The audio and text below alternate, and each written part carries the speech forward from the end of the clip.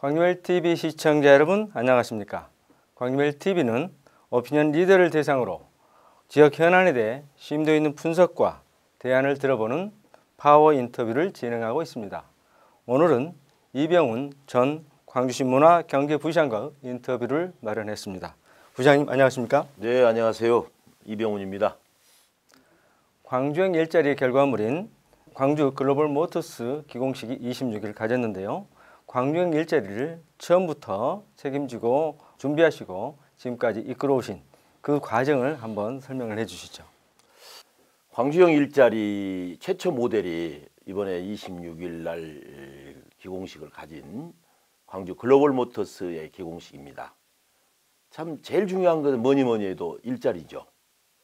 광주의 젊은 청년들이 매년 몇천 명씩 광주를 빠져나가는 이런 현실에서 정말 일자리를 만들어내는 것, 이게 우리가 할 일입니다. 그 첫 모델이 광주형 일자리인데, 이건 이제 현대자동차 합작법인을 광주에 설립하게 되는 것입니다. 말하자면은 23년간 현대자동차는 국내에다가 공장을 건립한 적이 없어요. 이유는 뭐냐? 노사분규, 고임금, 이것 때문에 해외에다 짓게 된 건데, 이번에 이제 광주가 정말 많은 노력을 해서 지자체가 중심이 돼가지고 현대차가 투자를 하게 되는 모델을 만들어낸 건데, 이건 뭐 세계에서 유례가 없는 최초 모델입니다. 그러면 광주형 일자리를 이렇게 하게 됐을 때 그럼 일자리는 어느 정도 생길 것이냐? 오늘 26일 날 기공식을 해서 1년 한 9개월 정도 걸릴 겁니다.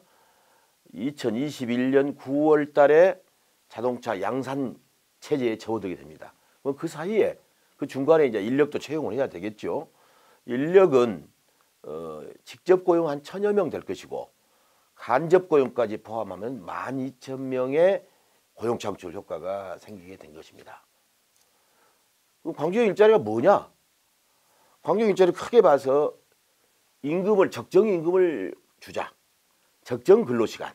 그 다음에 노사 간의 상생 구조를 만들자. 그러기 위해서는 경영이 소통 경영이 돼야 된다. 이 원칙을 지키면서 나가는 것이 광주형 일자리인데, 여기에 이제 적정 임금이라 하면은 기존의 봉급이 너무 높다 보니까 낮춰졌을 거 아니에요. 그래서 거기에 부족한 부분에 대해서는 중앙정부와 광주시가 나서서 공동복지 프로그램이라는 것을 제공하게 됩니다. 이렇게 해서 실질 임금을 상승시키는 효과를 갖게 되는 것이죠. 그래서 이 모델이 성공하게 되면은 광주는 일자리를 만드는 것뿐만이 아니라 우리나라 제조업계의 새로운 변화를 만드는 것이 됩니다. 그건 뭐냐? 대기업은 광주에 대해서 굉장히 부정적 생각을 많이 갖죠. 그런데 이제 광주형 일자리로 노사 간에 상생하는 구조를 광주에서 만들었다. 이렇게 되면은 이번에는 현대차지만은 다음에는 삼성이나 LG가 안 들어올 수가 없어요. 그래서 광주형 일자리 현대차 합작법인의 이 성공 모델이 광주와 우리나라 제조업계를 큰 변화를 일으키면서 새로운 일자리를 만들어내는 모델이 될 것입니다. 네, 광주 발전에 큰 전기가 될 광주형 일자리에 대해서 이제 책임지고 이렇게 하셨는데요. 또 하나 이제 광주 발전하면 인공지능 아니겠습니까? 그리고 이제 인공지능은 광주 발전의 미래 산업으로서 각광을 받게 되는데요. 또 부장님이 또 이 인공지능에 대해서 아주 집중적으로 우리 광주 발전을 위해서 노력하신 걸로 알고 있는데요. 거기에 대해서 한 말씀 해주시죠. 인공지능 AI죠. 4차 산업혁명의 꽃이 바로 인공지능입니다. 그럼 이 인공지능이 왜 광주냐? 광주가 우리나라 인공지능 집적화 단지의 플랫폼이 되는 구조입니다. 왜 그랬을까? 이게 이제 문재인 정부 청와대에서 예비타당성이라는 게 있어요. 정부의 돈이 많이 투입되는 것에 예비타당성이라는 것이 있는데, 이 예비타당성 조사가 시간이 많이 걸려요. 그래서 경제를 살리기 위해서는 청와대에서 이제 이랬죠. 각 시도에 예비타당성 조사를 면제할 것을 가장 핵심적인 것을 한번 내봐라. 전부 다른 시도가 SOC를 내놓게 된 겁니다. 광주는 미래 산업의 꽃인 이 AI 집적화 단지를 청와대에다 냈죠. 그게 채택이 됐어요. 그러다 보니까 광주에다가 AI 집적화 단지를 만들게 됩니다. 자, 이것은 광주에 설립이 되지만은 우리나라의 AI 전체를 핸들링하는 그런 플랫폼 역할을 하게 되겠죠. 여기에는 이제 집중적으로 저희들이 할 것이 AI 집적화 단지를 만들고 거기에 AI 데이터 센터 또 창업 보육 시설 이런 것을 이렇게 깔게 되고 여기서 하는 역할은 뭘 할 것이냐. 우선 광주의 미래의 전략산업 또 고용을 창출할 자동차 두 번째 에너지 또 세 번째 헬스케어 이런 분야에 집중적으로 인공지능을 접목을 시켜 나가게 됩니다. 자, 이렇게 되면은 시간은 다소 걸리겠죠. AI란 것이 그동안에 미국이나 중국 같은 데는 상당히 앞서 있습니다만은 우리는 이제 시작하지만은 시작이 소위 말하면 절반이죠.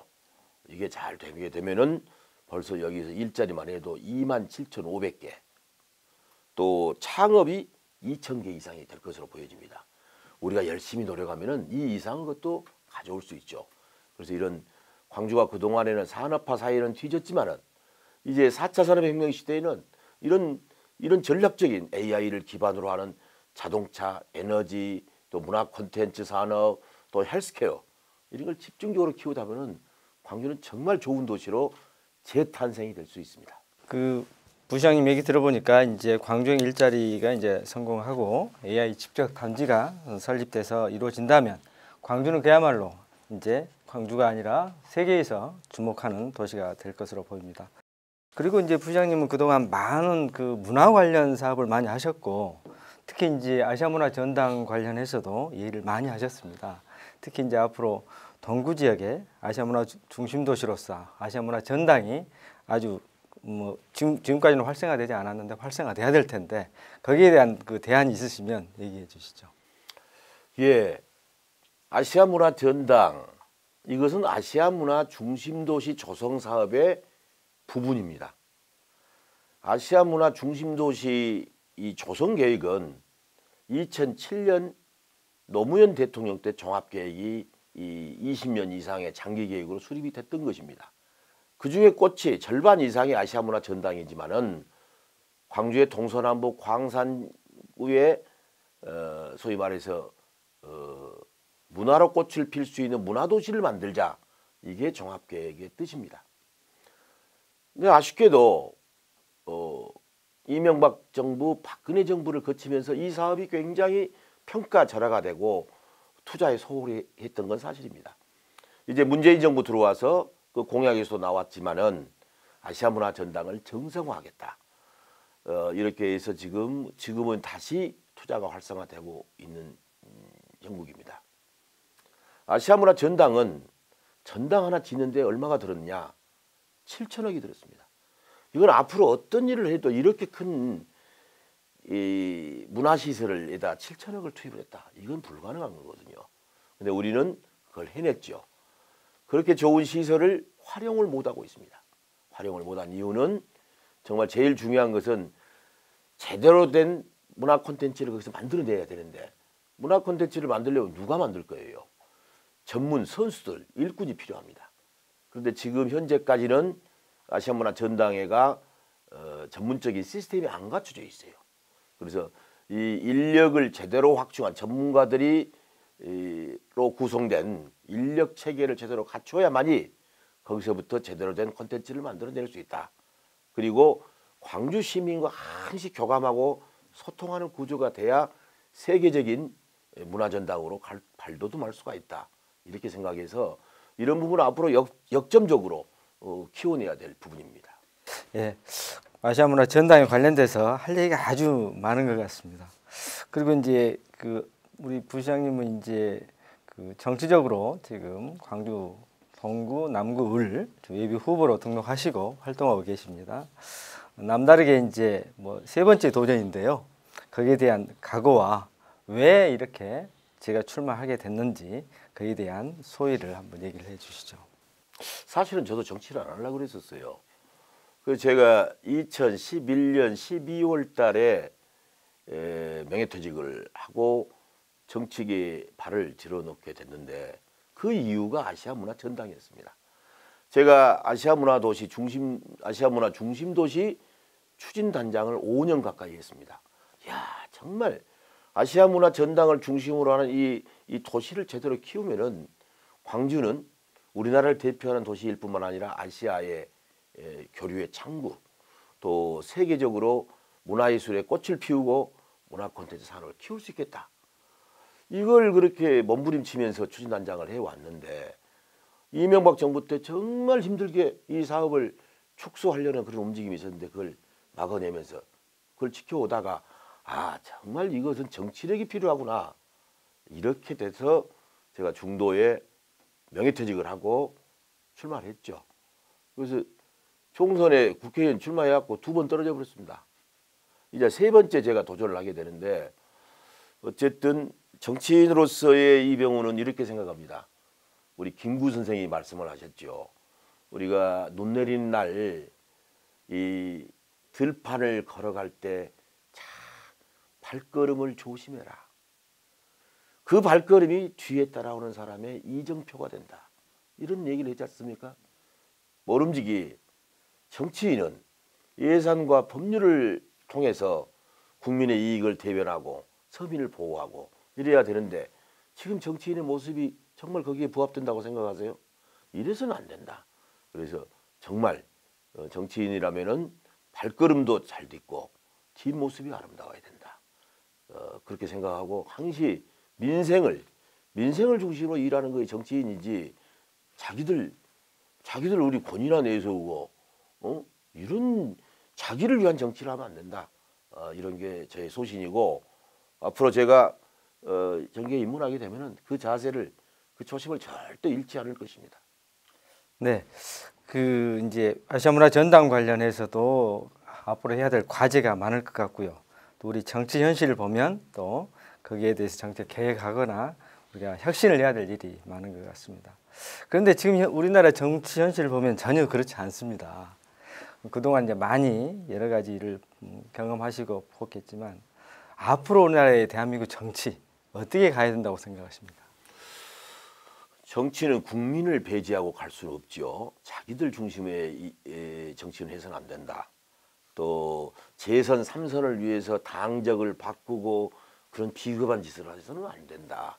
라는 게 기본적인 생각이에요. 지금 우리나라 정치 현실을 보면은 지금 20대 국회를 우리 시청자 여러분도 잘 아시지 않습니까? 민생에 대한 법안들 정말 그런 법안들이고 그다음에 검찰 개혁이라든가 이런 개혁적인 법안들이 선거법 때문에 이게 한 발짝도 못 나가고 그래 왔어요. 다 이렇게 된 것은 정치인의 사명이 뭔지를 놓치고 어떻게 하면 한 석이라도 더 당이 차지할까 이런 편협한 사고를 벗어나야 된다고 생각합니다.